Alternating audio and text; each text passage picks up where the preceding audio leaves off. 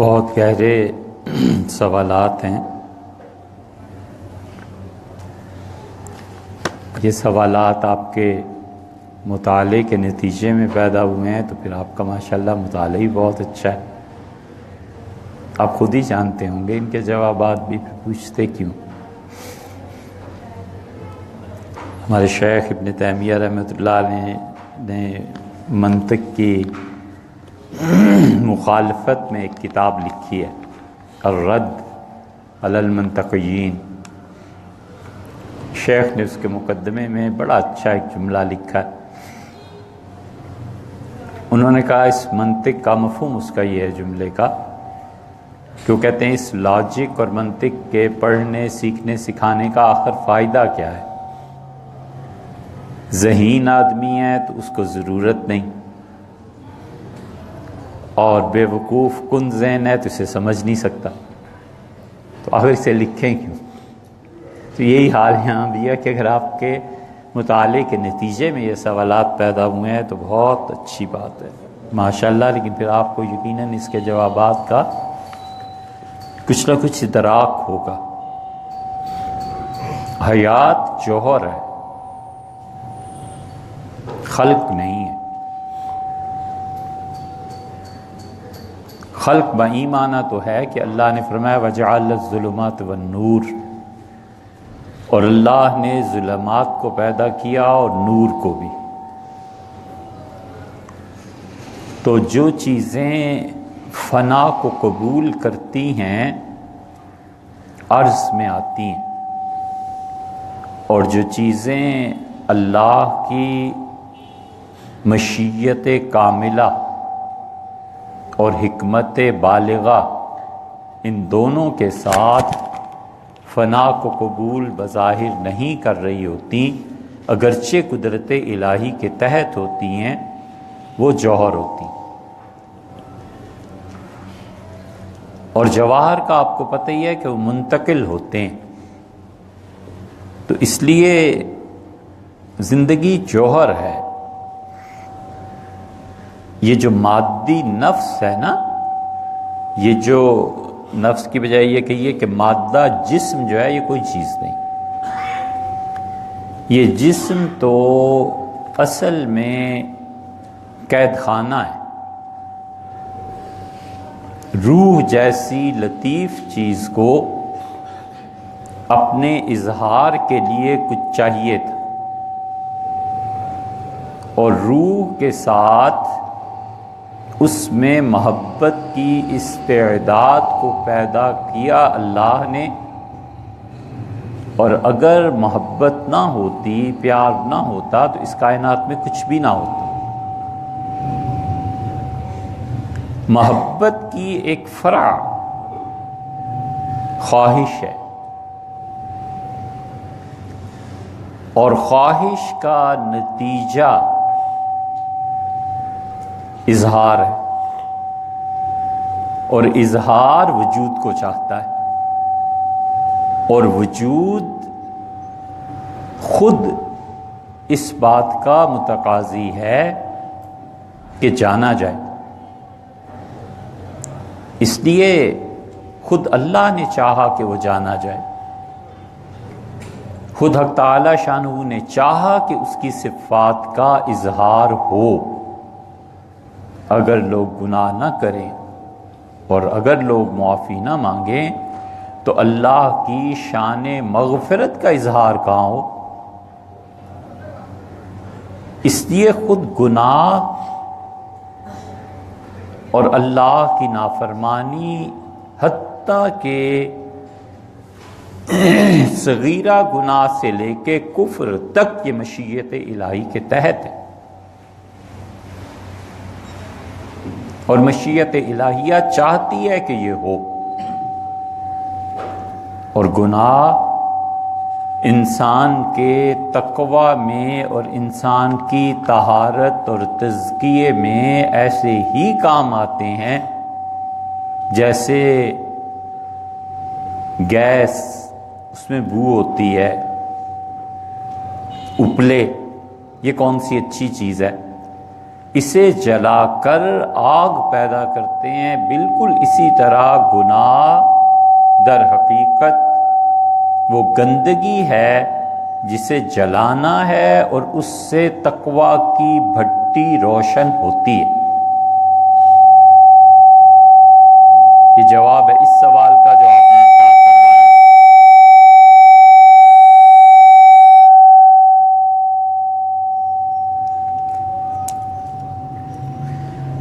روح میں ابتدائی درجے کی حقیقت پہچان ہے، اور روح میں انتہائی درجے کی حقیقت ادراک کلی ہے۔ روح جب ادراک کلی پر غالب آ جاتی ہے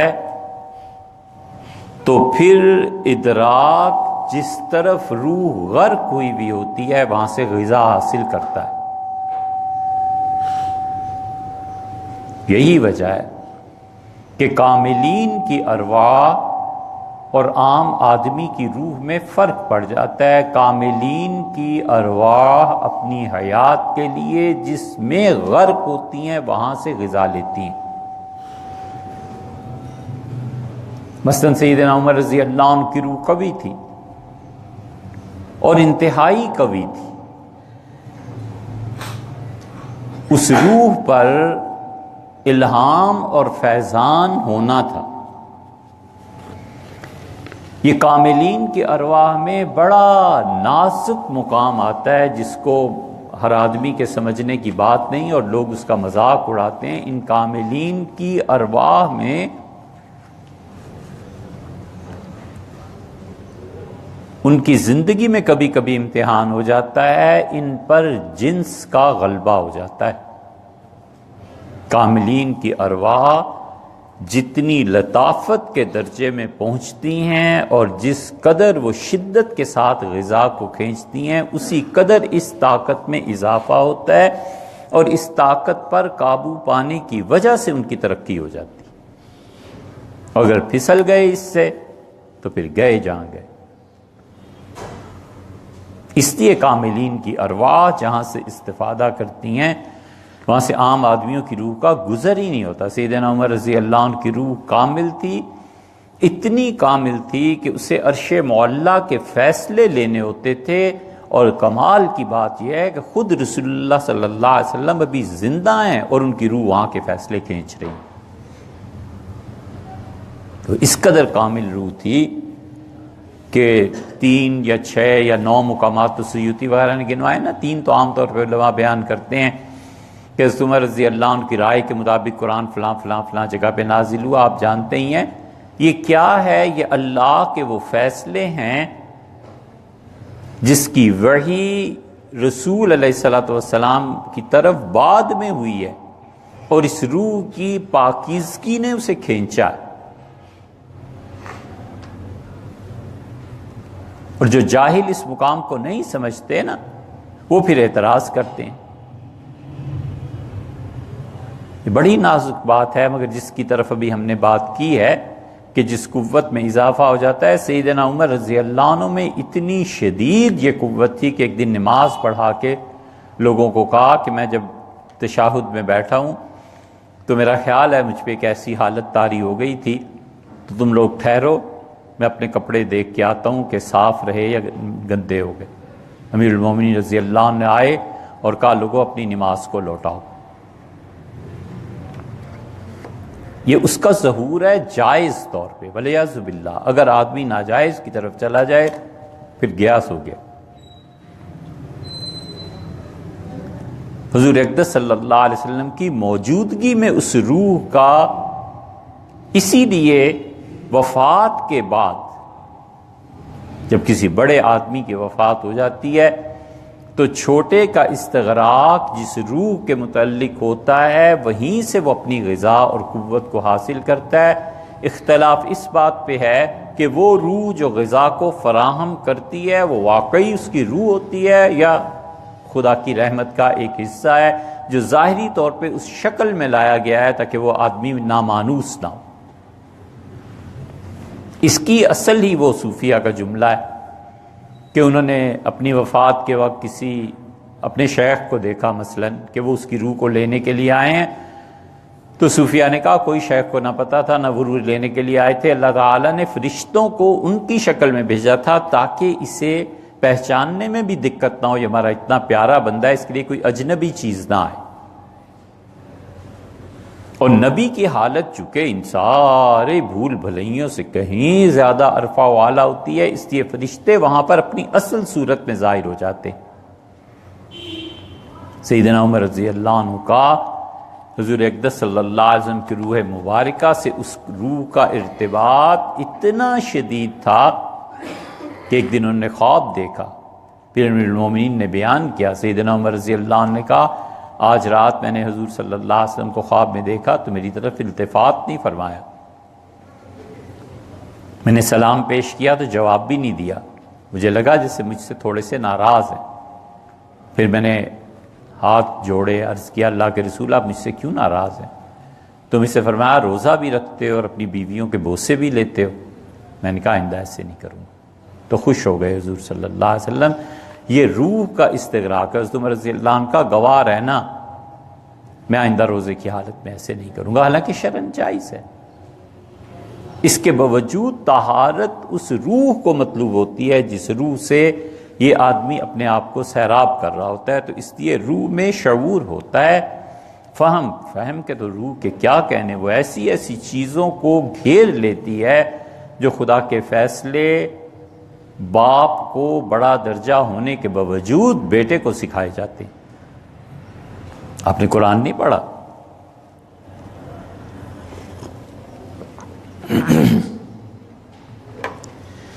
یہ ساری باتیں کتاب و سنت میں ہی آئی ہیں۔ مصیبت یہ ہے کہ اسے پڑھتے نہیں اور صوفیہ پہ اعتراض کرتے۔ قرآن میں کیا ہے؟ اللہ فرماتے ہیں مقدمہ پیش ہوا، داؤد علیہ السلام نے فیصلہ کر دیا۔ تفسیر میں آتا ہے کہ جب دونوں آدمی فیصلہ لے کے باہر نکلے، فیصلہ کیا تھا؟ ایک آدمی کی بکریاں تھیں، ایک کے کھیت کو چر گئیں، کچھ چرا کچھ ادچرا چھوڑ دیا انہوں نے، تو حضرت داؤد علیہ السلام سے جا کے داؤد علیہ السلام خدا کے اتنے جلیل القدر پیغمبر تھے کہ انہوں نے باقاعدہ اپنی بادشاہت کے بعد اپنے یہاں ایک عبادت خانہ بنا رکھا تھا، 24 گھنٹے اس میں خدا کی عبادت ہوتی تھی۔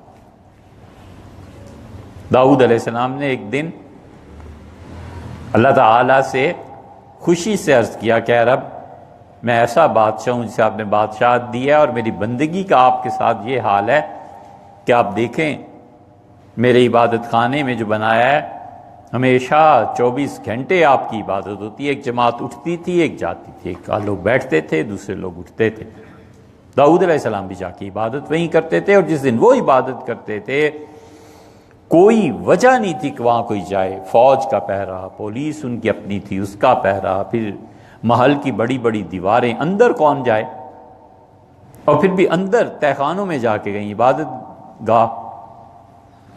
تو اللہ تعالیٰ نے فرمایا اچھا تم سمجھتے ہو یہ تم عبادت کرتے ہو، یہ تو داؤد ہماری توفیق ہے، ہم نہ دیں اگر تو پھر کیسے عبادت ہو سکتی۔ اور ایک دن وہ اللہ کے نبی تھے نا، لیکن ظاہری چیزوں سے تو آدمی متاثر ہوتا ہی ہے۔ ایک دن وہ بیٹھ کے عبادت کر رہے تھے، تسبیح خدا کی پڑھ رہے تھے، بہت انہماک تھا، پیچھے سے شور کی ذرا آواز آئی، مڑ کے دیکھا تو کچھ آدمی کھڑے ہیں۔ داؤد علیہ السلام ڈر گئے کہ یہ کہاں سے آ گئے، فوج کہاں گئی، پولیس، پہرا، گھر کے اندر تہخانہ، کدھر سے آ گئے؟ تو جب گھبرائے تو ان کا حضرت ڈریے نہیں، ہمارا ایک مقدمہ ہے۔ خیر وہ تو ایک الگ بات ہے۔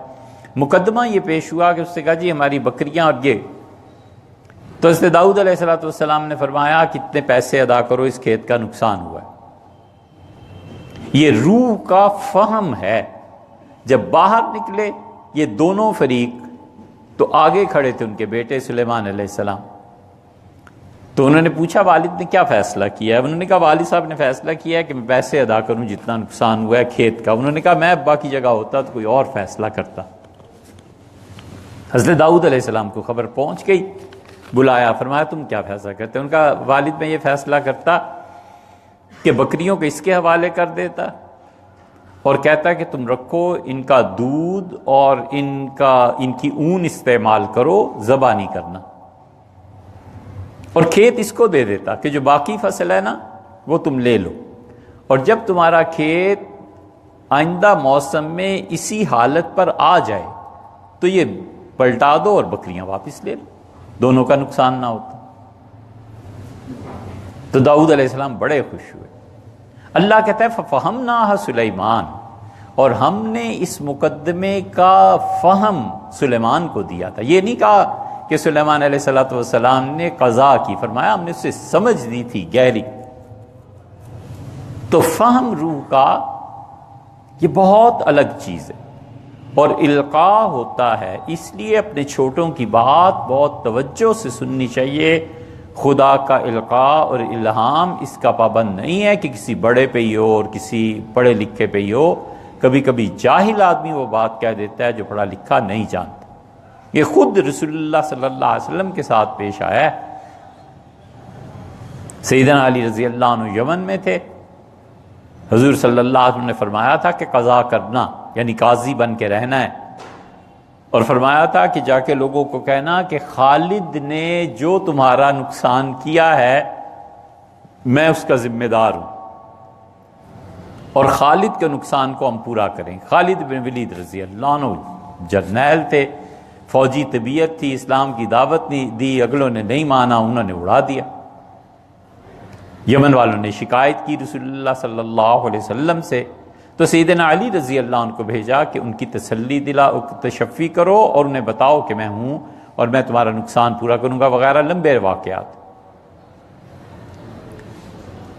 ایک آدمی پر غالباً شیر نے حملہ کیا اور وہ کنویں میں گرا بھاگتے ہوئے، دوسرے نے بچایا، وہ بھی گر گیا، تیسرا چوتھا، پے در پے متعدد افراد گر گئے۔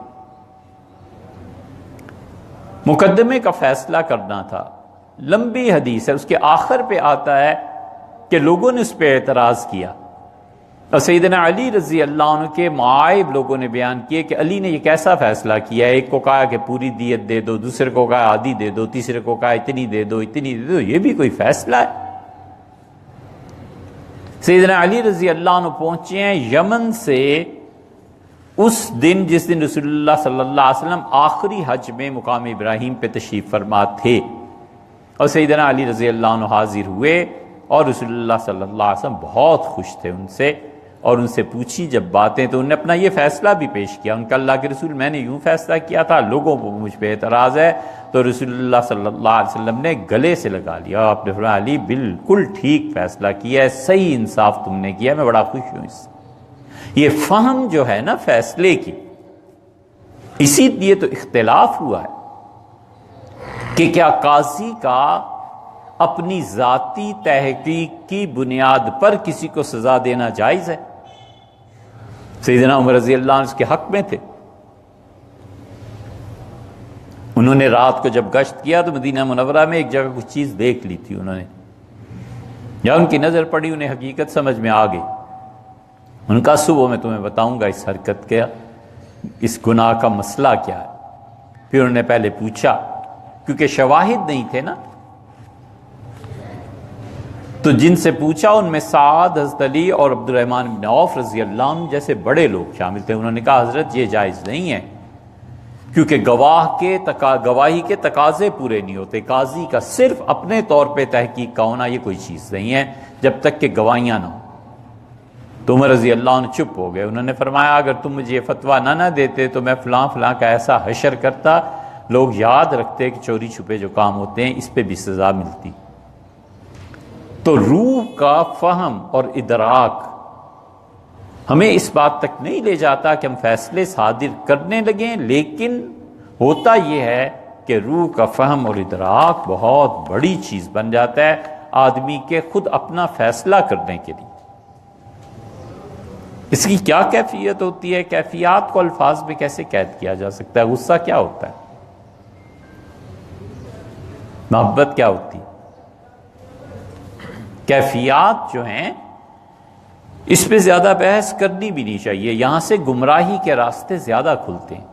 اب اس کیفیت پہ بحث کرنا کہ رسول اللہ صلی اللہ علیہ وسلم نے فرمایا کہ انبیاء علیہ السلام اپنی قبروں میں زندہ ہوتے ہیں اور انہیں رزق دیا جاتا ہے، اب اس کیفیت پہ کیا بحث کرنی ہے آپ نے کہ کیسے زندہ ہوتے ہیں، بس فرما دیا، ہو گیا۔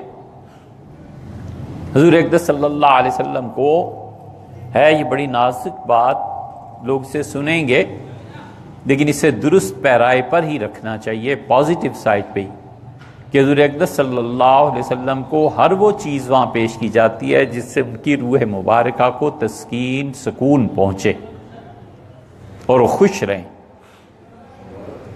اب اس کی تفصیلات کیا ہیں، کیوں اس میں جانا ہے، چھوڑو، لیکن گئے ہیں مواہب الدنیا وغیرہ میں اس کی تفصیلات میں گئے ہیں، بس ٹھیک ہے، ایک چیز ہے۔ اب اس کی مثال نہیں دیکھتے مسلم کی روایت میں، صحیح حدیث میں سیدنا موسیٰ علیہ السلام کے پاس فرشتہ آیا اور اس نے کہا حضرت چلیے، وہ انسانی شکل و صورت میں تھا۔ حضرت موسیٰ علیہ السلام نے کہا کدھر چلیں، اس نے کہا چلیے، اب زندگی ختم ہوئی، تو انہیں ایک تھپڑ مارا زور سے، تو فرشتہ گیا اللہ کے پاس، پھر وہ پریشان ہوا، اسے کہا اللہ ایسے جبار بندے کے پاس تو نے بھیجا ہے، اسے تو مارا مجھے اتنا کہ آنکھ میری باہر آ گئی۔ تو اللہ تعالیٰ نے فرمایا تم نے بات ہی اس طرح کی، تم جاؤ اور اس سے کہو کہ میں نے بھیجا ہے۔ تو آیا فرشتہ، اس سے پھر کہا، انہوں نے کہا ہاں پھر، اس نے کہا آپ کو اختیار ہے، چاہیں تو آپ اس دنیا میں رہیں اور چاہیں تو چلیں۔ ان کا اللہ تعالیٰ سے پوچھو مجھے کتنی مہلت دیتے ہیں۔ تو ارشاد باری تعالیٰ ہوا کہ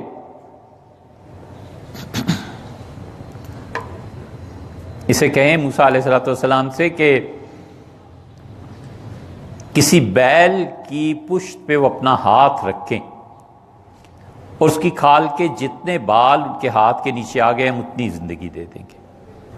مسلم میں آتا ہے کہ وہ فرشتے نے آ کے جب جواب پیش کیا تو انہوں نے فرمایا پھر اس کے بعد کیا ہوگا، اس کا موت، اور کہا جب مرنا ہی ٹھہرا تو اب کیا اور اس دن میں کیا، بس مجھے اتنی مہلت دے دو کہ میں مسجد اقصیٰ جہاں بنی ہوئی ہے یروشلم میں، فرمایا اس میں رمیت حجر، دیہات میں یا پرانے زمانے میں ایسی پیمائش ہوتی تھی نا کہ اگر ایک پتھر اٹھا کر پھینکوں تو جتنی دور وہ جائے گا، بس مجھے اتنی مہلت دے دو کہ میں مسجد سے اتنے فاصلے پر جب پہنچوں تو میری روح کو نکال لینا۔ غالباً حضرت کی مراد یہ ہوگی کہ آئندہ کبھی اس جگہ مسجد بنے اور توسیع ہو تو میری قبر بھی اس میں آ جائے۔ جب ٹھیک اس جگہ پر پہنچے جہاں پر کھڑے ہو کے وہ پتھر مسجد کے صحن سے پھینکتے تو گر سکتا تھا، وہیں ان کا انتقال ہوا، وہیں قبر بن گئی۔ حضرت رسالت پناہ صلی اللہ علیہ وسلم جب معراج میں گئے ہیں تو واپسی پہ بیان کیا، عمر رضی اللہ عنہ کہا کہ عمر اگر تم میرے ساتھ ہوتے تو میں تمہیں بتاتا یہ یروشلم مسجد اقصیٰ، فرمایا اس کے نیچے مٹی کے جو تودے ہیں نا ان میں اس کی قبر آ گئی ہے موسیٰ علیہ السلام کی، اور میں نے انہیں دیکھا قائماً یصلی فی قبری، کھڑے ہوئے تھے اپنی قبر میں نماز پڑھ رہے تھے۔ تو جبریل نے اشارہ کیا، اس سے کہا انہیں دیکھیے ذرا یہ کون ہے، میں نے کہا کون ہے یہ، نماز پڑھ رہے ہیں، تو ان کا یہ موسیٰ علیہ السلام ہے۔ حضرت موسیٰ علیہ السلام نماز کیوں پڑھ رہے تھے؟ اس لیے کہ اللہ نے انہیں کہا تھا کہ اقم الصلاۃ لذکری، جو ہی وہ اس وادی میں داخل ہوئے ہیں نا جہاں انہیں نبوت ملی تو اللہ نے پہلا حکم دیا کہ فخلا نعلیک، اپنے جوتے اتار دیجئے، انک بالوادی المقدس طویٰ، آپ ایک پاک جگہ پر آ گئے، اور پھر حکم دیا کہ موسیٰ نماز پڑھا کیجئے۔ سیدنا موسیٰ علیہ السلام کی ساری زندگی کا چین، اطمینان اور سکون نماز میں آ گیا تھا، قبر میں دیکھا نماز پڑھ رہے، یہ ہو جاتا ہے۔ حتیٰ کہ اس امت میں اولیاء اللہ کے ساتھ یہ ہوا ہے کہ وہ قبر میں نماز پڑھتے ہوئے پائے گئے۔ یہ بشر حضرت انس ابن مالک رضی اللہ عنہ کے شاگرد تھے، اور انس رضی اللہ عنہ سے انہیں اتنی محبت تھی کہ بشر کہتے تھے کہ میں انس کے رضی اللہ عنہ کے پاس گیا اور انس رضی اللہ عنہ نے کہا میں نے رسول اللہ صلی اللہ علیہ وسلم کو دفن کیا اور میں نے بڑے حوصلے سے اپنے آپ کو روکے رکھا رونے سے، اور جب ہم مٹی ڈال کے واپس ہوئے تو میں ام المومنین عائشہ رضی اللہ عنہ کے حجرے کے سامنے سے گزرا تو ایک خاتون کی آواز آئی، اس نے کہا انس رکو، میں رک گیا، تو اس خاتون نے مجھے کہا کہ انس 10 سال جن ہاتھوں سے ان کی خدمت کرتے رہے، ان ہاتھوں نے کیسے گوارا کر لیا کہ اس پہ مٹی ڈالا ہے؟ وہ کہتے ہیں میں نے غور کیا تو یہ تو فاطمہ رضی اللہ عنہ تھی، مجھ سے ضبط نہیں ہوا۔ انس رضی اللہ عنہ اس درجے کے آدمی تھے کہ انہوں نے ایک دن کہا لوگوں میری کتنی عمر ہے؟ لوگوں نے کہا 80 سال سے زیادہ ہو گئے۔ ان کا لوگوں اللہ کی قسم ہے مجھ پہ، میں نے کسی بھی دن ان 80 سالوں کی زندگی میں حضور صلی اللہ علیہ وسلم کے وفات کے بعد 60 سال بنتے ہیں ان کے، ان کا کوئی رات ایسی نہیں جب انہیں میں نے خواب میں نہ دیکھا اور انہوں نے مجھ سے بات نہیں کی۔ انس کوئی معمولی آدمی، انس رضی اللہ عنہ کی والدہ لے گئیں، کہا آپ میرے بچے کے لیے دعا کریں۔ 9 سال کے تھے جب چلے گئے تھے، حضور صلی اللہ علیہ وسلم رکھ لیا تھا انہیں، بڑے خوش ہوئے، فرمایا کیا دعا مانگے؟ انہوں نے کہا اللہ کے رسول آپ کچھ بھی میرے بیٹے کے لیے دعا مانگے۔ آپ نے فرمایا اللہ انس کو لمبی عمر دے اور اس کی اولاد کو پھیلا دے دنیا میں، اور اللہ اسے بہت مال دے۔ تو انس رضی اللہ عنہ نے کہا مال تو میرا یہ ہے کہ لوگوں کے باغ سال میں 1 مرتبہ کھجوریں دیتے ہیں، میرا باغ 2 مرتبہ، سخت سردی میں بھی اور سخت گرمی میں بھی۔ اور پھر کہنے لگے کہ میری عمر کا حال یہ ہے کہ اب میں 80 سے زیادہ ہو چلا ہوں، اور میرے بچوں کا حال یہ ہے کہ میرے پوتے پوتیاں نواسے نواسیاں 120 کے قریب تو میں خود جنازہ پڑھ کے دفن کر چکا ہوں، کہاں کہاں چلے گئے ہیں مجھے نہیں پتہ۔ بڑا مقام انس رضی اللہ عنہ کی ترمذی میں روایت آئی ہے، ایک دن کہا حضور صلی اللہ علیہ وسلم سے کہ اللہ کے رسول مجھے قیامت میں بھی ساتھ رکھیں۔ رسول اللہ صلی اللہ علیہ وسلم انس میں ساتھ رکھیں گے۔ انہوں نے عرض کیا اللہ کے رسول آپ کہاں ہوں گے؟ اتنی بھیڑ ہوگی، آپ کو کہاں ڈھونڈوں گا؟